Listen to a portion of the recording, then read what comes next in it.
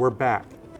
And now it's time to make some sense of what's been going on with Superman and to get a little bit more insight of what's been happening in the DC Universe, the Rebirth chapters. Mm-hmm. Yep. I enjoyed these issues coming up. Yeah. These add a lot to the universe. They add a lot of storytelling, and they're actually pretty concise. Yes. Especially Action Comics. Action Comics number 978, The New World Part 2. Action Comics number 978, 977. Once you read those, you can go back to Superman. You can go to Supergirl. Mm-hmm. You can go to Superwoman, and you can understand what's happening. So read Action Comics 977 and 978, and then reread Superman. Reread Supergirl, reread Superwoman, and then the Trinity. Mm-hmm. What's happened basically is Superman's history, even though he remembers it the same way, we know it's been changed. Mm-hmm. And some of the big changes within this is that Superman, this version of like pre-Flashpoint and New 52, has been merged in a way that we have the history up to Doomsday. Mm-hmm. And during the reign of Superman, it was the Eradicator, Mongol was there, Green Lantern was there, Cyborg Superman, and Mm-hmm. Steel. Mm-hmm. Notice there was no Superboy from the 90s. That character seems to, this timeline has him gone, Mm-hmm. because we have Jonathan. Now, previously, Jonathan had been born during the time that he was separated and during Convergence. Yeah. Well, now in the main DC Universe proper, now what we have now, this DC Universe Rebirth, Lois Lane and Superman got married. Mm-hmm. They had Jonathan, but they went into hiding because she blew a story about some, probably Intergang again. Mm-hmm. And once they did, Superman kind of retired into the background to take care of Jonathan. He made a new Fortress of Solitude in the Himalayas. Mm-hmm. We also see where, that's where he used to wear the black outfit. Yep. And then he wore the Superman New 52 outfit. Mm-hmm. So it is bridges between New 52 and Yes, pre-Flashpoint Superman Mhm. coming in yes. kind of form just separate chapters of this Mm-hmm. story arc. Yes. Superman was never had a relationship with Wonder Woman because Wonder Woman helped Lois deliver Jonathan. Mm-hmm. See, what else would there be? There's quite a bit there. Mm-hmm. And it's going to unfold even more. That is why they were in Hamilton. Remember when we read Superman and they were all of a sudden in Hamilton, the mailbox said Mr. and Mrs. C. Kent. Mm-hmm. We were wondering, well, weren't they in hiding there? No, when they went and took the sabbatical in California, when they moved back to Metropolis, they lived in Hamilton County, so they could take the bullet train to the Daily Planet and give Jonathan the life that Clark had, the upbringing. So we see where the pieces are still in place, they've just been given a twist. Yep. And it makes sense. Yeah. This is, for a retcon, this is very concise. Yes. Like, I mean, I wasn't scratching my head at the end. I wasn't. The light bulb really went off on Yeah. this. Oh, yeah. Yeah, and I wasn't reaching for the aspirin either. That was the best. That's the best part. Well, let's talk a little bit about what else happened in this issue. We see the Eradicator. He was buried in the moon base. Mm-hmm. The Eradicator is unearthed and is re-energized and reawakened by a character that you want to call that computer programmed style character? I was calling him the Digital Man. The Digital Man. Yeah, yes. kind of this red, very digital looking guy who we Yes. saw last issue recruited Metallo by repairing him and getting him out of whatever sort of prison he was in. Yes. And then also recruiting Blank, who had escaped after the Himalayan Fortress of Solitude Yes. was set on what, self-destruct, wasn't it? I think so. Yeah, because he can mind control the one NASA guy who went in to do it. Yep. Yeah. So it looks like this Digital Man is now recruiting the Eradicator. Right. And he says, "Oh, there's no need to thank me." And the Eradicator says, "The Eradicator thanks no one." Mhm. But he does mention, "Even though I know you." Yep. So the Eradicator knows this guy. The digital man says, "Old friend." Yeah. Old friend. Okay. Mm-hmm. We see the memories. Superman's going through the memories in the Fortress of Solitude, and when they get right to the present, there's nothing left to look at. Mm-hmm. But Superman was hearing a voice in the Fortress of Solitude, and Kenex, I believe Kellex. the Kryptonian robot, the Sentry. I don't hear anything, and all of a sudden Dr. Oz appears and says, Mr. Oz. Dr. Oz. You know what? I just call him Mr. Oz, Dr. Oz. Oz appears and says, "You're dealing with powers beyond your comprehension, or beyond, like, you can't comprehend these powers. Mm-hmm. You can't deal with these powers either alone or with your family." Mm-hmm. And he shows him image of Superwoman, Steel, New Superman, Mm-hmm. and we also have Lex Luthor there. And if I'm missing one, I don't. I think that's it. Yeah, I think that's it. his family, and Supergirl. I think you already mentioned her. Supergirl, Superwoman, Yep. Steel, New Superman, And Lex. Lex. Yep. Yep. So this is bigger than just Superman. Mm-hmm. This affects his super family, and affects pretty much everyone in DC. Because this is Oz essentially getting into the Fortress of Solitude. Yep. Kind of defeating the aspect of it being the Fortress of Solitude, Mhm. and that no Yes. one can get in. Mhm. So that really freaks out Superman. So he goes and flies off.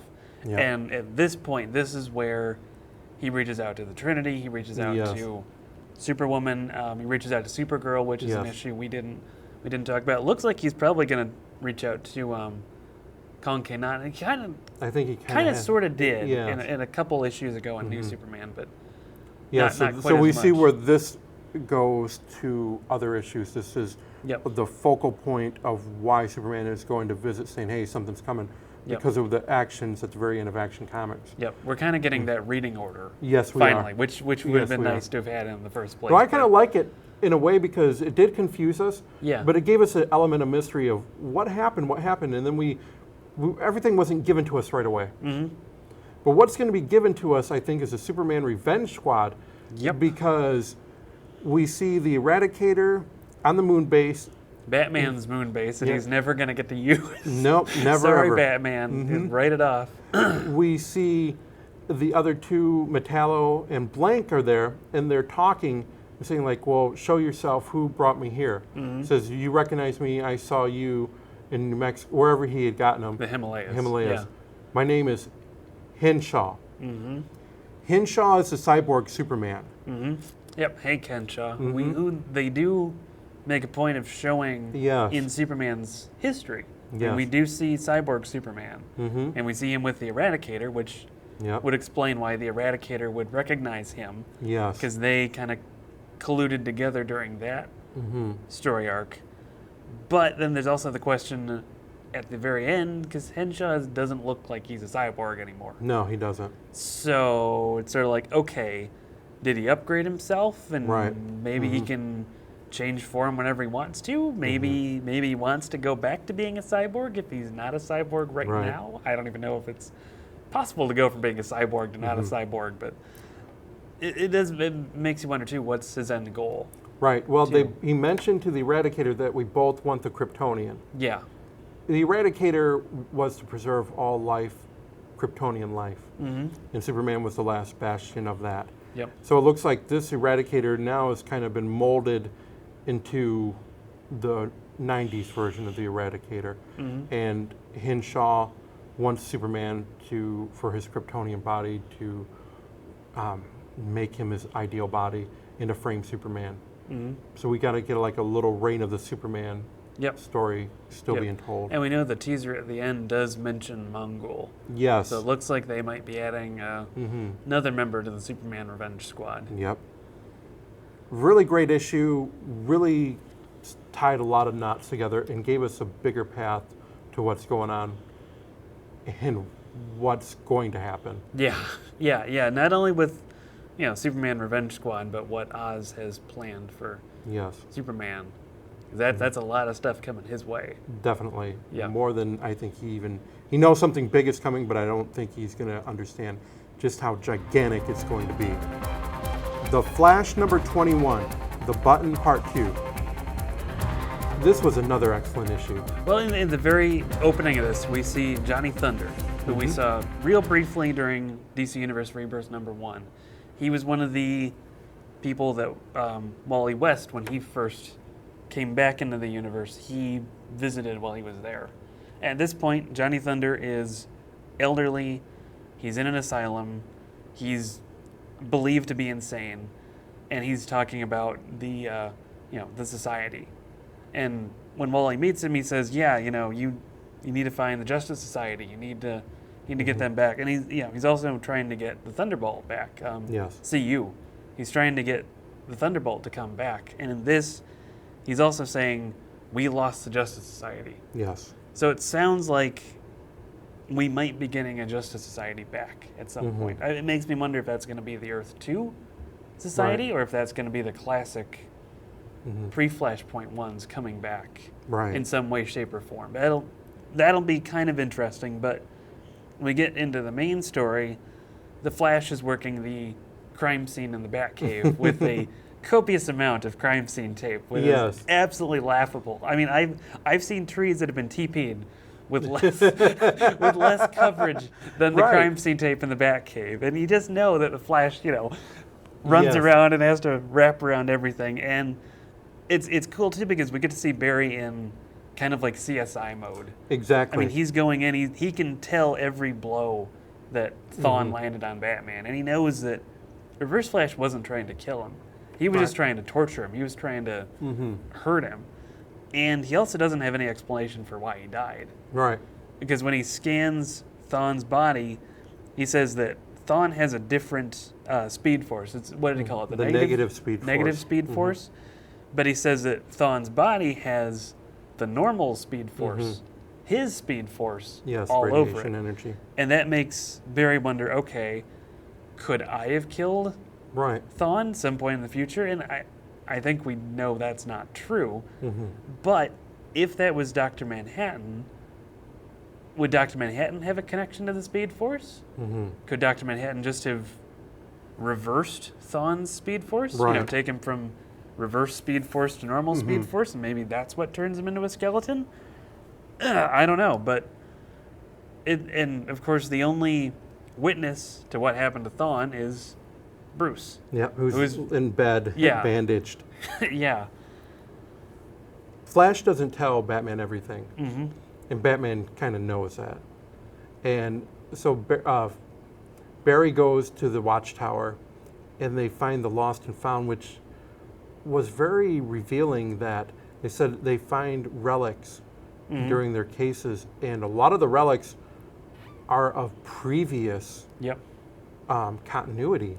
And this is the Hall of Lost and Found. Barry says that Hal is calling it that, and this is, for me, this was kind of the most fun to see, because when you look in this, there's Skeets. There's Martian Manhunter's old costume. There's a couple Starros. There's Blue Beetle's bug. I mean, just all this stuff. Lobo's like, chain. Holy crap! I think they had Barda's Barda's Meta Club in there. It's like, wow, Star Spangled Kid's outfit. I mean, this makes you kind of salivate when you see it. It's that sort of trip down memory lane. And before that too, when Flash talks to Batman, Batman reveals that he saw his dad dressed as Batman, which he doesn't understand. But the Flash hears that and says, "Oh, well, that's Flashpoint Batman. That's your dad." Because I mean, even though his dad was in a Batman suit, Bruce still knew it was his dad just based on his voice and his poise and how he did that. So Flash starts saying, "Okay, this might have been my fault, because I went back in time to try and save my mom from dying. That caused Flashpoint. I went back to go correct Flashpoint, created the New 52. This might be all my fault." So he goes to the Hall of Lost and Found, which is totally what we're going to call it from now on. And he goes and gets the cosmic treadmill. Because the Reverse Flash can travel through time unassisted, but Barry and Wally need to use the cosmic treadmill. Barry said that he would never use the cosmic treadmill again, but as he's getting ready to get on it, here comes Batman. And he is worse for wear. Barry says, "How did you know?" He said, "We're working the case together," and the alarm went off. They get on the cosmic treadmill. They have a little argument. Batman is not going to be denied. They get on the cosmic treadmill, and it's worth noting Batman's only hanging on with a bat line. Yeah. It's like, okay, Batman. Yeah. Why not? He also said, too, that he noticed that there was energy on the button, and he was trying to look for that energy. Yeah, the radiation on the button. Yeah, the radiation. They go through, because the radiation was also on Zoom as well. Yep, He didn't mention that. More radiation, which means it would be basically from the same source. So they want to use the cosmic treadmill to find the source of the radiation. When they go through whatever they're going through, this timeline in the past or whatever they're going through, it's not normal. Because they're seeing visions that they've never seen before. And what really it is the history that's been ripped out, 10 years worth of DC history has been taken out. They're seeing that. They're seeing the original formation of the Justice League. They are seeing Batman when he had his mind wiped. Yep, from Identity Crisis. Yes, and was there something else that they saw? Oh, Crisis on the Infinite Earth. Yeah, Flash. Flash was dying during in front of Batman. Yep. None of these, they don't have any memory of these. That's part of where the 10 years was taken. And they're saying that the energy is getting stronger, and they're trying to outrun it, but they get caught up in a storm. The storm takes them back to the Batcave. Yeah. No, Batcave, asterisk, footnote. Yes. Because this is not the modern Batcave. This is what Bruce thinks is a past Batcave. Because it looks like the Batcave when he first started before he became Batman. Working as a crime fighter. And then he realizes, no, the gun that killed his parents, that's in a case. Yes. And that's something he never found. Right. This is the Flashpoint Batcave. Right. Flash is freaking out. Yep. He is. Bruce, wait a minute. Bruce. And all of a sudden, there's a bubble. I did this all for you, son. And it's Flashpoint Batman and Batman with Flash in the middle. Yeah, going, oh no. Right. Yeah. Whoa. Flashpoint universe is still around. I don't know why. Yep. But it's still here. Well, it's interesting too, because when they kind of crash the cosmic treadmill, that storm that you call it sweeps them up. It's a big white comet, and that looks like the same kind of comet type thing that chased around Mr. Mxyzptlk when Oz was trying to capture him, just on a larger scale, which makes me wonder, okay, is there some connection there? I mean, was that intentionally going after them to suck them into that universe? Yep. Maybe to correct something in there. And begs the question too, because Thomas Wayne died at the end of Flashpoint. He got killed at the end of that, so this can't be a continuation of Flashpoint unless he got better. I don't know. Still lots of questions, but exactly. But it's a really cool story arc so far. That was the whoa moment of Flashpoint still around. It's not a Earth like a different Earth like a Earth 2, 3, 4. It's an alternate take on Earth Prime. Yeah. Very. And it's kind of something they never really established as being its own universe. I can't wait for the next issue. Yeah. I'm looking forward to these stories.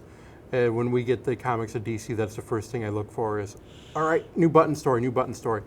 Definitely got to keep reading this. Yeah. See what happens with the button stories and if the Flashpoint universe is going on and if we're going to really find out what's going on. That brings us to the end of this episode. Whew.